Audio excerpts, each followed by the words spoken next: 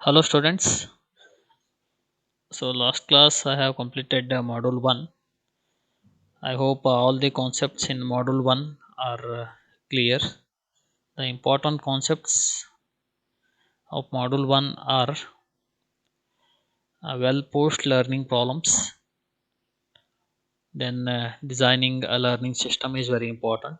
Then concept learning task. Then concept learning as a search. So I have discussed this concept learning task by taking Enjoy Sport example. The next important concept is Findes algorithm and version space, representation of version space. Finally, the candidate algorithm, that is a candidate elimination algorithm, and the inductive bias. So, in examination, definitely is going to ask either Findes algorithm or the candidate elimination algorithm that you have to explain by taking an example illustration. And even you have your lab term marks on this Findes algorithm and the candidate elimination algorithm. So that is what is about module 1. If you have any queries or doubts in module 1, kindly do ask.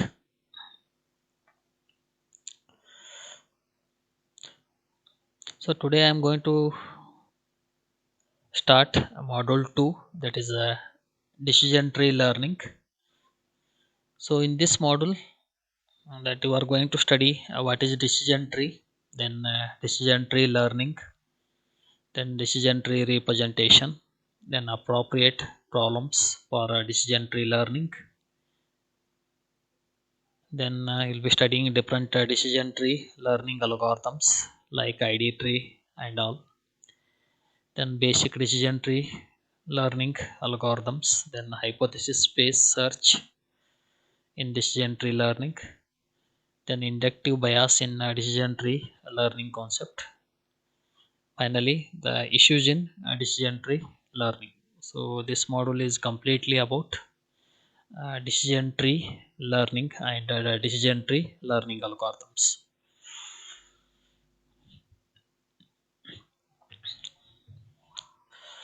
Here, decision tree learning is one of the most widely used and the practical method for the inductive inference. So it is a method for approximating discrete valued functions that is robust to the noisy data and capable of learning the disjunctive expressions. Means actually disjunctive expression is one of the representation of the decision tree learning here. So decision tree that you can represent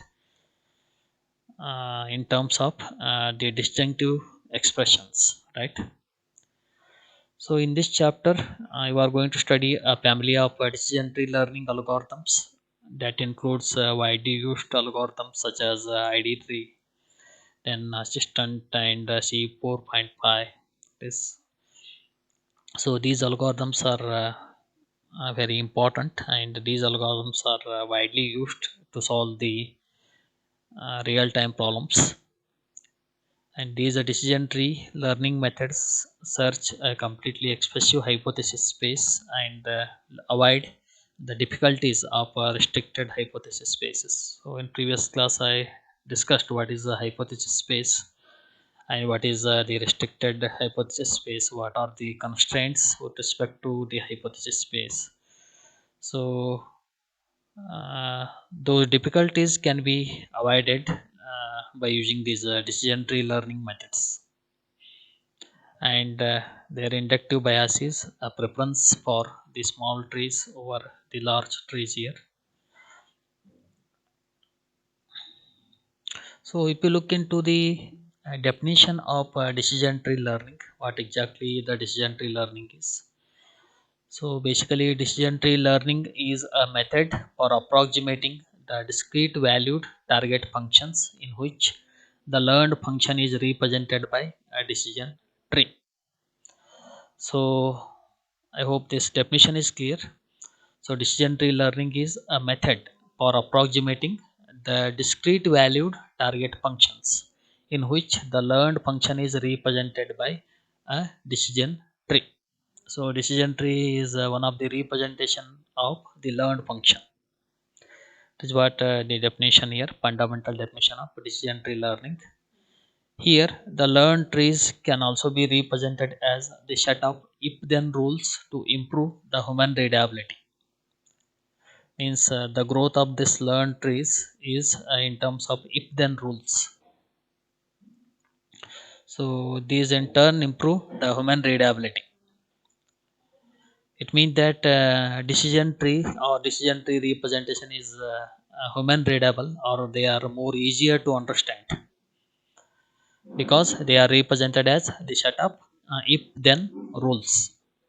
These learning methods are among the most popular of the inductive inference algorithms and have been successfully applied to a broad range of tasks from learning to diagnose the medical cases, then to assess the credit risk of loan applicants. So these are all the different applications of decision tree learning, that is diagnosing the medical cases, then assessing the credit risk of loan applicants. So like this, there are a number of real-time applications which will be using or which can be solved. That is, there are the real-time problems which can be solved by using this decision tree learning.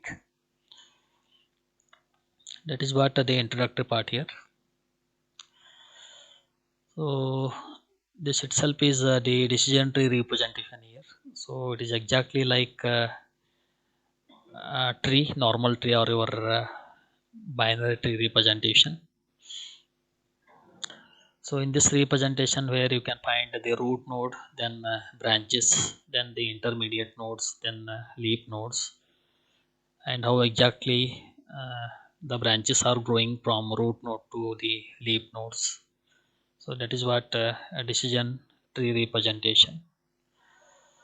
So I'll illustrate this decision tree representation for the concept of play tennis. That is it a suitable condition to play the tennis, or if you have taken any day or any weather situation, whether that is more suitable to play the tennis or not. Just to predict whether it is suitable to play the tennis or not. So this is what the decision tree representation. So you can keenly observe here how this decision tree looks like. So root node, these are what the intermediate nodes. These are the leaves or the leaf nodes, and sunny, overcast, rain, and all these are what the attributes. So this itself is the decision tree representation. Like, so basically, this decision tree representation is used for classification or to classify the instances. So as I told, decision trees will classify the instances by sorting them down the tree from root to leaf node, which provides a classification of the instances. So basically, decision trees are used for the classification of the instances. Here, each node in the tree it specify a test of some attributes of the instances, and each branch descending from node corresponding to one of the possible values for this attribute. So if you look into the branches of this decision tree, so this branch is going to specify some attributes of the instance. For example, if you take Outlook as an instance, so these are what are the possible attributes of this instance. So here each branch is descending from a node to one of the possible values for this attribute. And an instance is classified here by starting at the root node of the tree and testing the attribute specified by this node. Then it is moving down the tree branch corresponding to the value of that attribute in the given example. It means that here we can say that each branch is going to test the attribute specified by that particular node Then it will move down the tree branch which is corresponding to the value of that attribute in the given example.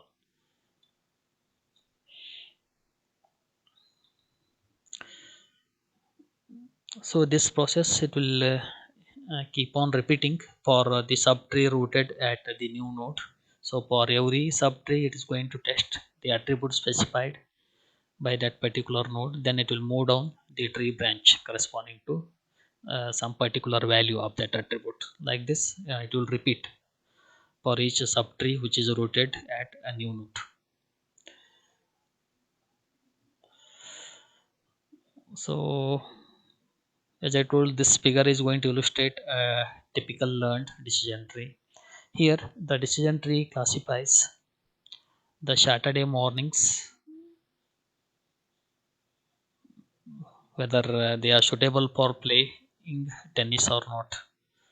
So here you can see the different possible values for the attributes, and this tree is going to illustrate, or it is going to classify whether the Saturday morning or some day, so that Saturday morning is suitable for playing the tennis or not. So to understand this, now take an instance, or an instance as an example, that is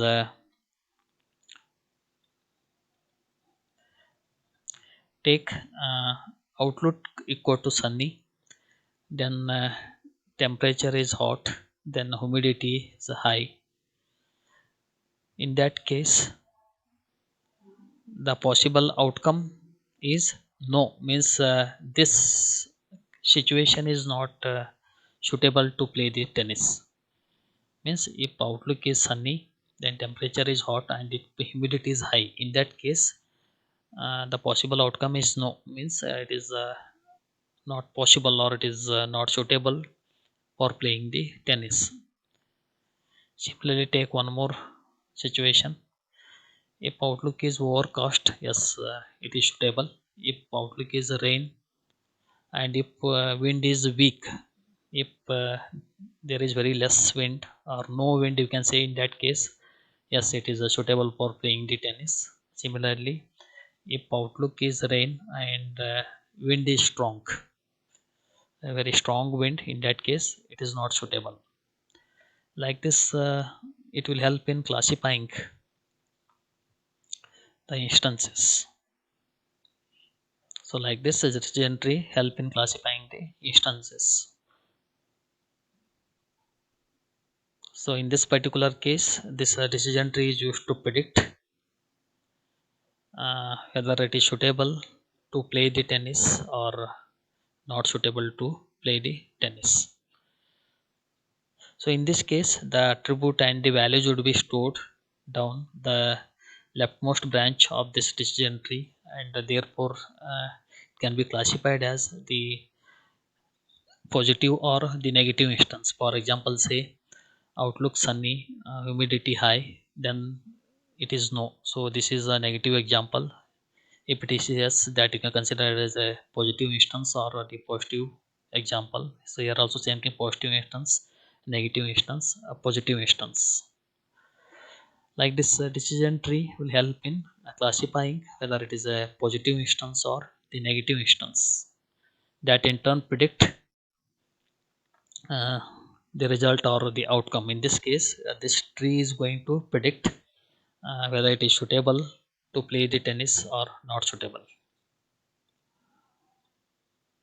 So in general, the decision trees represent a disjunction of the conjunction of constraints on the attribute values of the instances.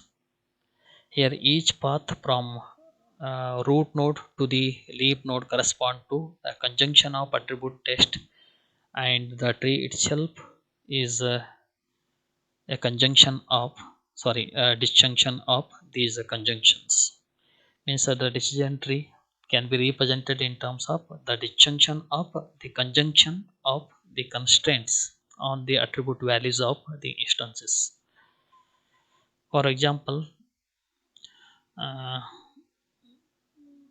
with respect to the previous diagram, here the decision tree in that figure, it is corresponding to this following expression, that is outlook equal to sunny, disjunction with humidity equal to normal, which is in conjunction with outlook equal to overcast, which is in conjunction with outlook equal to rain, which is disjunction with wind equal to task, right? So this entire decision tree or decision tree representation is in terms of the expression, means which is represented as a disjunction of the conjunction of constraints on the attribute values of the instances. So decision like this decision tree is corresponding to the expression of the disjunctions and the conjunctions.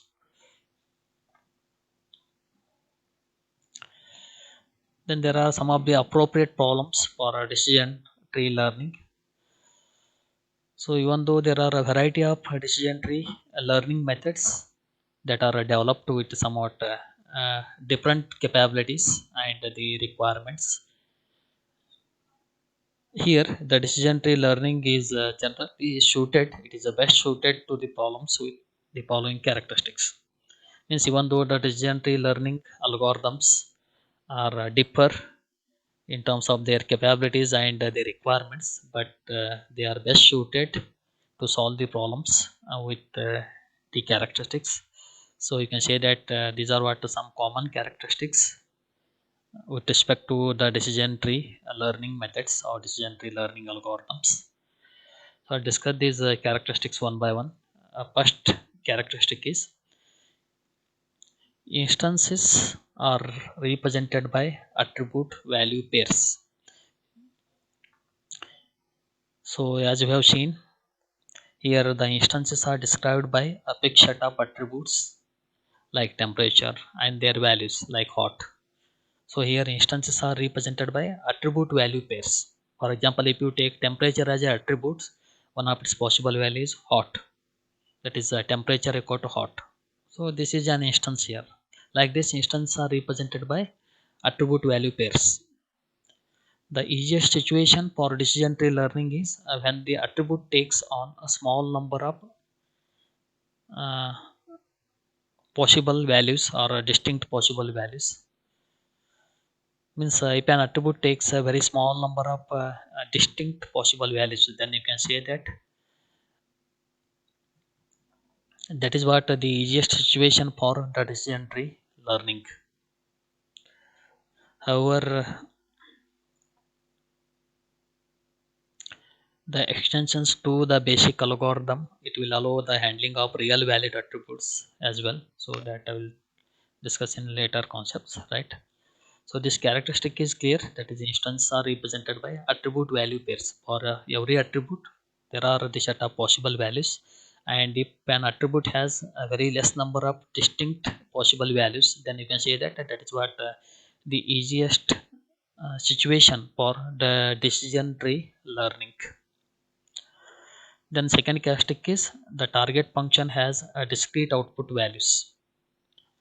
So as you have seen in the figure, the decision tree assign a boolean classification or a boolean value like yes or no to each example.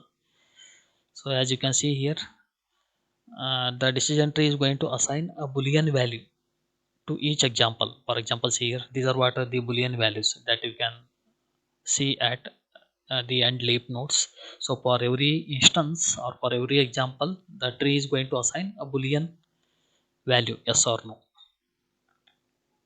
So decision tree method easily extend to learning functions, right, with more than two possible output values. A more substantial extension allows the learning target concept with the real valued outputs, even though the application of decision trees in this setting is less common. So that is what the second characteristic. Every target function has a discrete output values or a boolean value. Sorry. Then third characteristic is disjunctive descriptions may be required. Yes, as I noted earlier, the disjunctive trees naturally represent the disjunctive expressions. See here, these are what the disjunctive expressions. So every disjunctive tree, it require the disjunctive expressions. The next characteristic is the training data may contain errors. Yes, the decision tree learning methods are very robust to the errors. Here, both the errors in the classification of the training examples and errors in the attribute values that would describe these examples. So sometimes they may very robust to errors. In this case, it will consider both the errors, that is errors in classification of the training examples and errors in the attribute values. So both will togetherly describe the examples with the errors. The next characteristic and the very last characteristic is the training data may contain missing attribute values. So the decision tree methods can be used even when some training examples have unknown values. Means even though some training examples are not having the known values, or if there are any missing values in the training example, then also the decision tree methods can be used. So this is also an important characteristic. That is, the training data may contain missing attribute values. In that case also, we can use the decision tree methods or decision tree algorithms. For example,